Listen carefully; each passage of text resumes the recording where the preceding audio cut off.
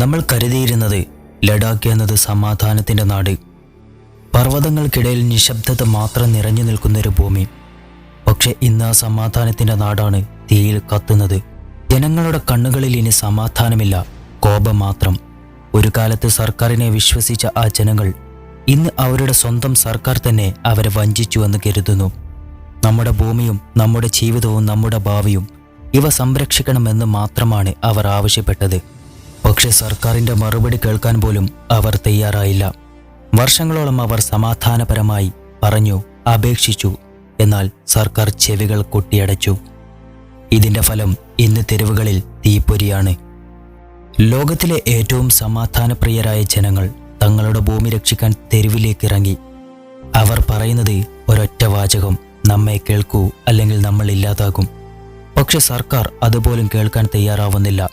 പകരം അവരുടെ ശബ്ദം ഉയർത്തിയവരെ വിദേശി, ചൈനീസ് ഏജന്റ്, തീവ്രവാദി എന്ന് മുദ്രകുത്തിക്കൊണ്ടിരിക്കുകയാണ്. ഇതാണ് ഇന്നത്തെ ലഡാക്ക്. ജനങ്ങളുടെ കോപം തീപിടിച്ച് പൊട്ടിത്തെറിക്കുന്ന ഒരു നാട്.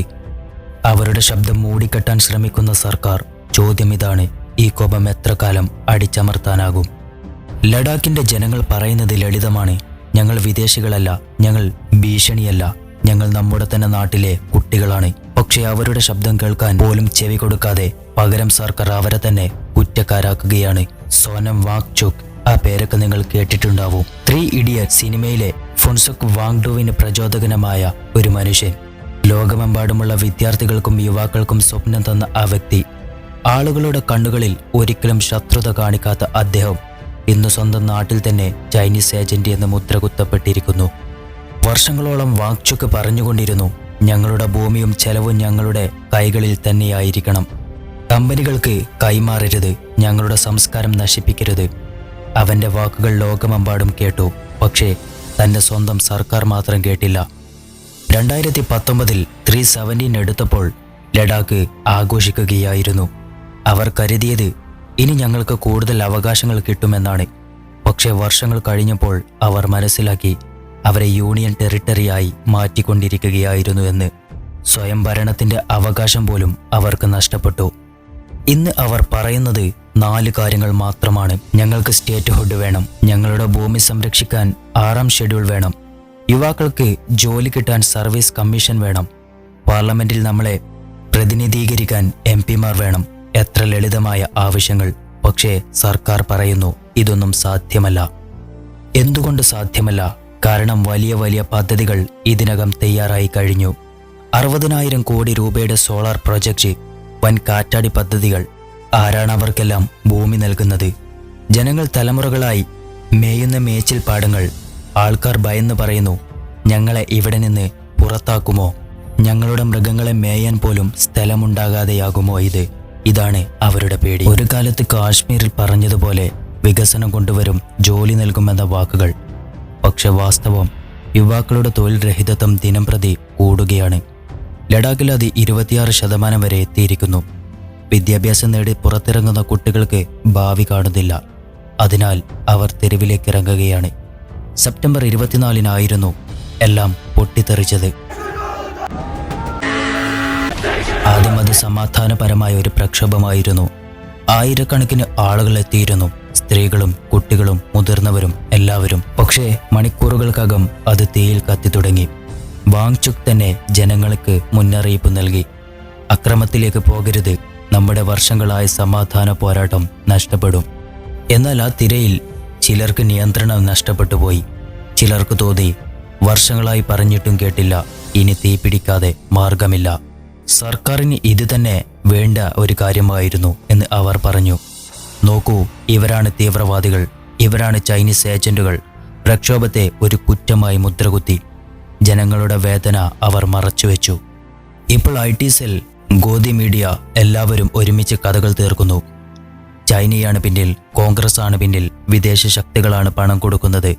എന്നാൽ സത്യം ഒറ്റൊന്നാണ്: ഇവരുടെ പിന്നിൽ ആരുമില്ല. ഇവരുടെ പിന്നിൽ അവരുടെ സ്വന്തം ജീവിതം മാത്രമേയുള്ളൂ. ഇതാണ് ഇന്നത്തെ ലഡാക്കിന്റെ കഥ. കോപത്തോടെ കണ്ണീരോടെ തെരുവിലിറങ്ങുന്ന ജനങ്ങൾ, അവരെ കേൾക്കാതെ കുറ്റക്കാരാക്കുന്ന സർക്കാർ, അവരുടെ ശബ്ദം മുദ്രകുത്തി അടിച്ചമർത്താൻ ശ്രമിക്കുന്ന മാധ്യമങ്ങൾ.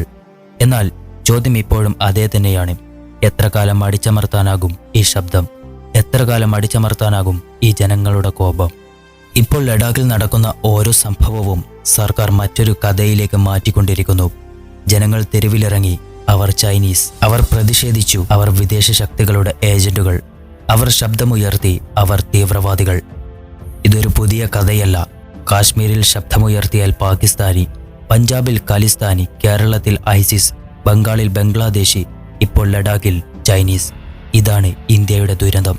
സ്വന്തം നാട്ടുകാരുടെ വേദനകൾ കേൾക്കാതെ അവരെ അന്യവൽക്കരിക്കുക, വേദനയെ തീവ്രവാദമാക്കി മുദ്രകുത്തുക, അങ്ങനെ ജനങ്ങളുടെ ശബ്ദം തന്നെ നശിപ്പിക്കുക. ലഡാക്കിലെ ജനങ്ങൾ ചോദിക്കുന്നത് ഇതാണ്: ഞങ്ങളുടെ ഭൂമി ഞങ്ങൾക്ക് തിരികെ കിട്ടില്ലേ? ഞങ്ങളുടെ കുട്ടികൾക്ക് ജോലി ലഭിക്കില്ലേ? ഞങ്ങളുടെ സംസ്കാരത്തെ സംരക്ഷിക്കാനായുള്ള അവകാശമില്ലേ? പക്ഷേ മറുപടി ഒന്നും തന്നെയില്ല. പകരം സർക്കാർ വൻ പദ്ധതികൾക്ക് ഭൂമി പിടിച്ചെടുക്കുന്നു. വൻ സോളാർ പാർക്കുകൾ, കാറ്റടി പദ്ധതികൾ, ബില്യൺ രൂപയുടെ കരാറുകൾ. ഇത് ആർക്ക് വേണ്ടി?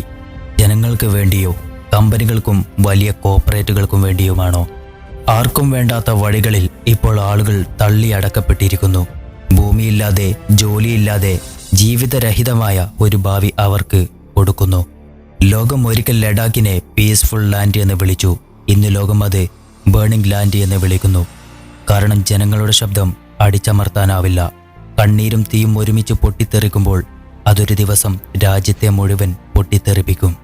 സർക്കാർ ഇന്ന് ഒരു വലിയ കളി കളിക്കുന്നു. അവർക്ക് വേണ്ടത് ജനങ്ങളെ തമ്മിലടിപ്പിക്കുക, ജനങ്ങളുടെ കോപത്തെ പ്രതിഷേധം അല്ല വിദേശ ഗൂഢാലോചന ആക്കി മാറ്റുക, ജനങ്ങളുടെ ശബ്ദത്തെ ആവശ്യമല്ല ഭീഷണിയാക്കി ചിത്രീകരിക്കുക. പക്ഷെ ഒരു കാര്യം അവർ മറക്കുന്നു: ജനങ്ങളുടെ ഉള്ളിൽ നിന്നും വരുന്ന ശബ്ദം എത്രയും വലിയ പ്രൊപ്പഗാൻഡായാലും മൂടിക്കെട്ടാനാവില്ല. ചരിത്രം പറയുന്നു, അടിച്ചമർത്തിയ ശബ്ദം ഒരു ദിവസം ഇരട്ടിയാക്കി തിരിച്ചു കിട്ടും. ലഡാക്കിന്റെ പോരാട്ടം ഇന്ന് ഒരു ചെറിയ പ്രദേശത്തിന്റെ കഥയല്ല. ഇത് ഇന്ത്യയിലെ എല്ലാ സംസ്ഥാനങ്ങളുടെയും ഭാവിയെ പറ്റിയുള്ള ഒരു മുന്നറിയിപ്പാണ്. ഇന്ന് ലഡാക്ക്, നാളെ ആരായിരിക്കും? ജനങ്ങളുടെ ഭൂമിയും അവകാശവും കവർന്നെടുക്കുമ്പോൾ അവർ മിണ്ടാതിരിക്കില്ല. കേൾക്കാതെ പോകുന്ന സർക്കാർ തന്നെ ഒരു ദിവസം കേൾക്കേണ്ടി വരും. ലഡാക്കിന്റെ കഥ നമ്മളെ എല്ലാവർക്കും ഒരു കണ്ണാടി തന്നെയാണ്. അവിടെ നടക്കുന്നവ നാളെ നമ്മുടെ നാട്ടിലും സംഭവിക്കാം. അതിനാൽ ചോദ്യം, നമ്മൾ മിണ്ടാതെ നോക്കി നിൽക്കുമോ? അല്ലെങ്കിൽ അവരുടെ ശബ്ദം നമ്മളും ചേർന്ന് ഉയർത്തുമോ? ഇന്നത്തെ ലഡാക്ക് പറയുന്നത്, ഞങ്ങളുടെ ഭൂമി, ഞങ്ങളുടെ അവകാശം, ഞങ്ങളുടെ ഭാവി, അത് ഞങ്ങളുടേതാണ്. ആർക്കും അത് കവർന്നെടുക്കാൻ കഴിയില്ല. ഇതാണ് അവരുടെ അവസാന വാക്ക്. ലഡാക്കിന്റെ മഞ്ഞുപർവ്വതങ്ങളിൽ കണ്ണീരും രോഷവും നിറഞ്ഞ് മുഴങ്ങുന്ന ഒരു പ്രതിജ്ഞ.